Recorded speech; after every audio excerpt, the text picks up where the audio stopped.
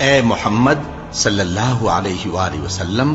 ہم نے تمہاری طرف اسی طرح وحی بھیجی ہے جس طرح نوح اور ان کے بعد والے پیغمبروں کی طرف بھیجی تھی، اور ابراہیم اور اسماعیل اور اسحاق اور یعقوب اور اولاد یعقوب اور عیسیٰ اور ایوب اور یونس اور ہارون اور سلیمان کی طرف بھی ہم نے وحی بھیجی تھی، اور داؤد کو ہم نے زبور بھی عنایت کی تھی، اور بہت سے پیغمبر ہیں کہ جن کے حالات ہم تم سے بیشتر بیان کر چکی ہیں،